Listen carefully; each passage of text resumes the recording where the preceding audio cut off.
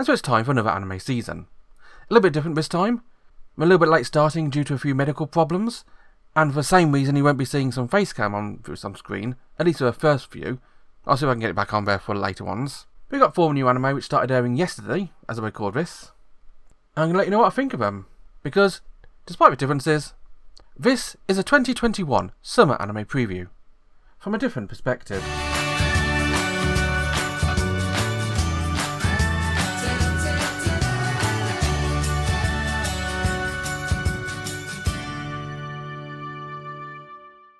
As proof that I never have any idea what I'm going to get into each season, comes Boy Riverside, an anime about somebody who's not a boy. An anime about Sally, a princess from a kingdom who's run away. I'm assuming she's a princess, she keeps calling herself that, who happens to find a rabbit girl wandering the forest. She feeds her a carrot, and the rabbit girl, Pfeud, befriends her. The end. Or so you might think, but apparently beast women, demi-humans, are not much approved of in this world, and they basically run out of town despite the beast girl Pfeud saving the town. And so they go to another town, and again the beast girl pretty much saves the day, although that's not quite true, because Sally's hiding something as well. Don't make sure you realise what's going on, because she's some kind of Oni-killing beast herself. To be honest, the first episode of Boy Riverside didn't make a whole bunch of sense to me, but it was interesting. You got a princess wearing tight trousers, a bunny girl looking nothing like you'd expect a rabbit girl in an anime to look like.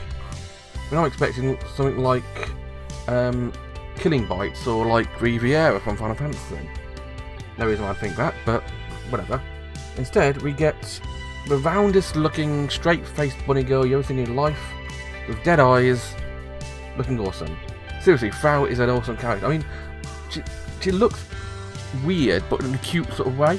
And Sally is super busty princess in tight trousers who has fantasies about getting raped by squid at a market. I don't know why they added that scene in there other than fan service. That scene had nowhere in this anime. It looked like a scene from Food Wars, and even that was a bit stretching it.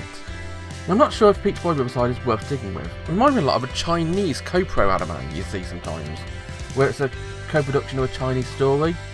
I don't know if that's true or not. This one's here, it's coming along, it's girl and bunny killing demons, I think. Very bloody, didn't seem that way at first, but it's very bloody. All I know is Pfeud's cute, Sally's kind of hot, the music's cool, I might give it a few more episodes. Not sure if I want to stick with it though. You can find it on Crunchyroll. After watching the first episode of new anime Scarlet Nexus, I feel I've been watching someone play the first hour and a half of a video game, going through the tutorial missions, getting introduced to characters, and going on their first proper mission. That's probably because I just have. You see, Scarlet Nexus is a media mix project, and I only realised this halfway through the anime, but should have been blindly obvious to me since they've been pushing this game like mad, advertising it every single time you possibly can. If you're unlucky, you may have even got an advert for Scarlet Nexus at the start of this video. Not when I monetize these things anyway. The Scarlet Nexus is a very much toony sort of dystopia world where monsters are attacking general people and they hire guardians to try and protect them at all. A sort of secret military force, but not really that secret. They're celebrated heroes and champions who save the day. But we don't know the entire reason as to why we got to save the day, what these bad things are, other than the fact they apparently eat human brains. Clearly I need to get destroyed if I do that. But there's not much synopsis about it. Just given these characters fighting these beasts using psychokinetic powers. I mean, anime really does feel like a video game. Some video game adaptations, you can tell they are adaptations telling a different story, or adaptations just telling a story. This one just seems like it's telling the plot of a game. And to me that doesn't make quite sense. I mean, if it was a game which came out a while ago and I want to rejig it, that's fine. But it's an adaptation of a game which is coming out in a few years' time to advertise it, yeah.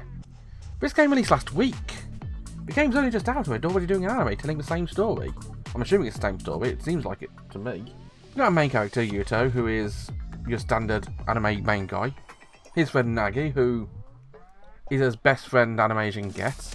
You got the girl of the moment, Kasane, who is in no way the girl who saved him when he was a kid. And you got her adoptive sister, Naomi, who is bright and sunny as she can get. So it's clearly going to happen to her. That's all I can really say about it, really. It's not a terrible show. It's got a lot of promise, but to be honest, if you want to watch this one, don't watch it. Play the game instead. It's out on all major systems. I think it's out on Switch, PS4, PS5, Xbox One, and Xbox Series consoles as well. It came out last week. This anime is airing now at Funimation.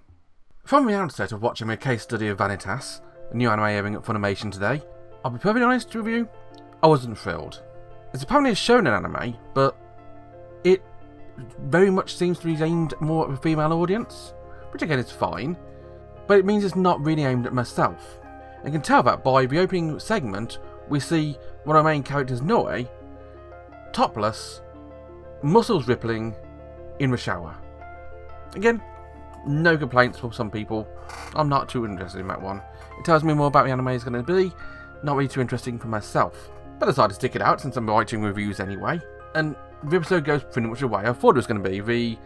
The tan gentleman Noe is on an airship to Paris for some reason, because anime, and he encounters this beautiful young woman who he saves her from fainting.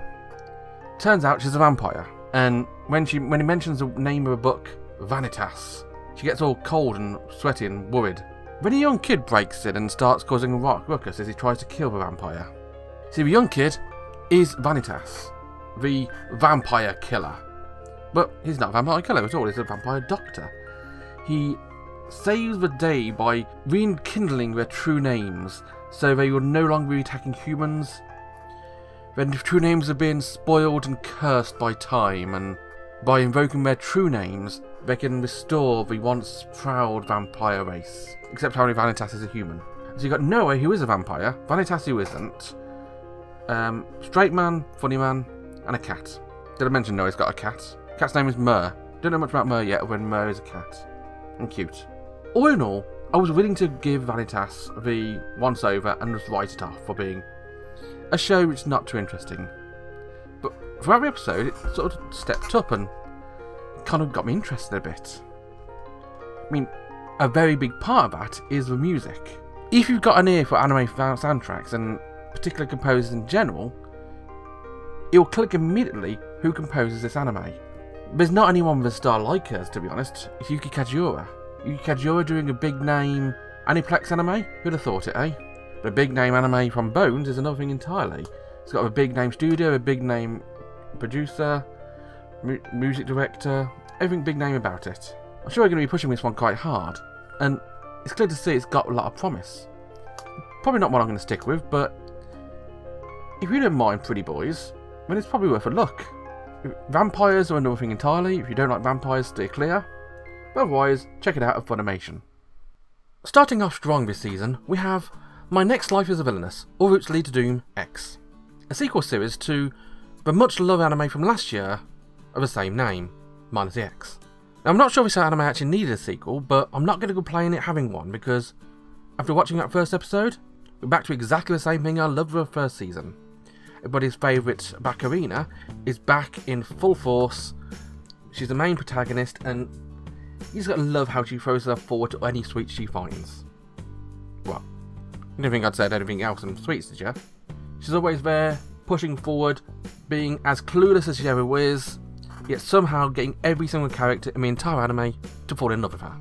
Not that she's willing to admit that or even acknowledge it because she's got blingers on, but she's always trying to ship them with each other, leading to many misunderstandings. But everybody's favourite other characters are back. We've got Giordo, we've got Keith, we've got Alan and Nico, all clearly in love with her.